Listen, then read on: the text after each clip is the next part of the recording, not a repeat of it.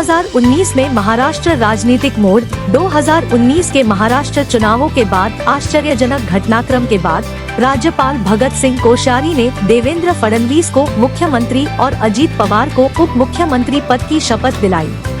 शरद पवार पर देवेंद्र फडणवीस। बुधवार को महाराष्ट्र के उप मुख्यमंत्री देवेंद्र फडणवीस ने दावा किया कि 2019 में राष्ट्रवादी कांग्रेस पार्टी (एनसीपी) के अध्यक्ष शरद पवार की सहमति से राज्य में राष्ट्रपति शासन लगाया गया था। इसके जवाब में शरद पवार ने इस दावे का खंडन किया और इस फैसले के लिए बीजेपी के नेतृत्व वाली केंद्र सरकार को जिम्मेदार ठहराया।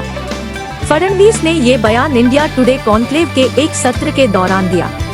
2019 के महाराष्ट्र विधानसभा चुनावों के बाद घटनाओं के एक अप्रत्याशित मोड़ में राज्यपाल भगत सिंह कोश्यारी ने 23 नवंबर 2019 को फडणवीस को मुख्यमंत्री और अजीत पवार को उप मुख्यमंत्री नियुक्त किया।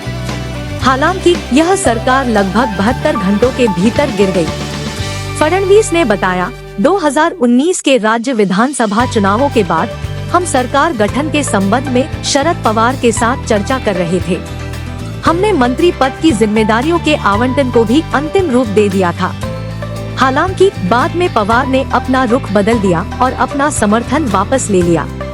चुनाव में एनसीपी ने 54 सीटें जीती थी, जबकि बीजेपी ने 288 में से 105 सीटें हासिल की थी और उसकी सहयोगी शिवसेना ने 56 सीटें जीती थी। फिर भी मुख्यमंत्री पद पर असहमति के कारण शिवसेना को भाजपा से अलग होना पड़ा, जिसके परिणाम स्वरूप राजनीतिक गतिरोध उत्पन्न हुआ और राष्ट्रपति शासन लगाना पड़ा। राष्ट्रपति शासन पर सहमति के पवार के दावे के बारे में फडणवीस ने कहा, राज्यपाल ने सरकार बनाने पर प्रत्येक राजनीतिक दल की राय मांगी।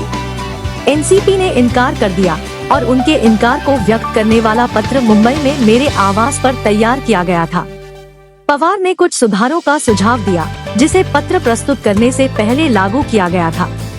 देवेंद्र फडणवीस के बयान। फडणवीस ने खुलासा किया, पवार ने हमें सूचित किया कि वह भाजपा के साथ गठबंधन पर जल्दबाजी में फैसला नहीं कर सकते।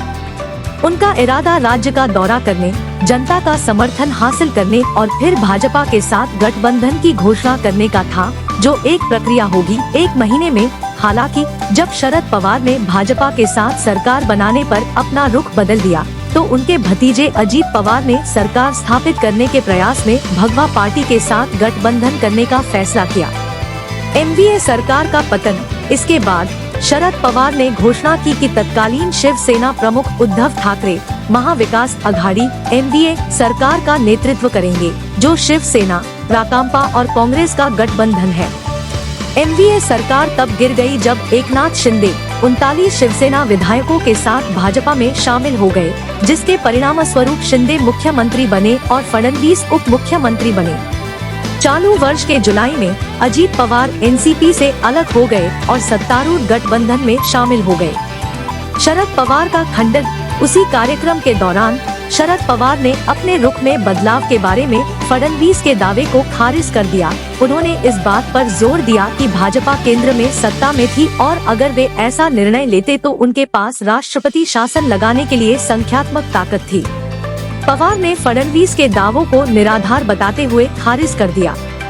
राष्ट्रवादी कांग्रेस पार्टी के मुख्य प्रवक्ता महेश तापसी ने कहा कि शरद पवार की पार्टी ने लगातार लोकतांत्रिक सिद्धांतों और लोगों के अधिकारों को बरकरार रखा है। तापसी ने दोहराया कि महाराष्ट्र में राष्ट्रपति शासन लगाने का निर्णय केंद्र सरकार द्वारा किया गया था और कोई भी सुझाव कि पवार ने इस निर्णय को प्रभावित किया, गलत और भ्रामक है। उन्होंने बीजेपी नेताओं पर महाराष्ट्र के मतदाताओं को भ्रमित करने के लिए ऐसे बयान देने का भी आरोप लगाया। तापसी ने नांदेड़ और औरंगाबाद में उनकी सरकार की कथित विफलताओं, जिसमें शिशु और नागरिकों की मौत और हाल ही में औरंगाबाद का नाम बदलकर छत्रपति संभाजीनगर करने पर विवाद पैदा हो गया, का हवाला देते हुए फडणवीस की आलोचना की। महाराष्ट्र के सरकारी अस्पतालों में हाल ही में हुई मौतों पर विपक्ष ने भी सरकार की आलोचना की है। 30 सितंबर से दोनों जिलों में 49 मरीजों की मौत हो गई है।